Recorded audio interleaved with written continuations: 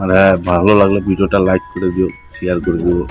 আর ভালো না লাগলে কমেন্ট করে বলিও যে কি প্রবলেম, কি করতে লাগবে, আমাকে আরো কিরকম ধরনের ভিডিও বানাবো বলবা।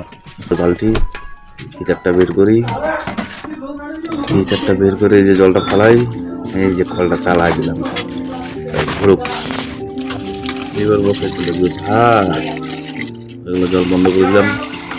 যাই এবার ভাতটা বসাই দিই, এই যে রাইস কুকারটা ধুইতে লাগবে, মালটা না ধুইলে হবে না, ধুইতে হবে। খলটা মালটা যে জল ঠান্ডা, চালটা ফালাই, জলটা কি বলবো না বলবো, মুখে বাজে কথা। জলটা হাতে ধরাই জানা বাল, এত ঠান্ডা। এই যে দেখো দিলাম রাইস কুকারের তলায়, এবার লাগাই দেবো লাইনটা। দেখো লাইনের পজিশনটা দেখলে তোমরা ভয় পাই যাবে। এই দেখো টিনের ঘরে তার কাঠি দিয়ে লাইন আইসে পড়ছে, রাইস কুকারের লাইন বসাই দিলাম ভাত। হ্যালো,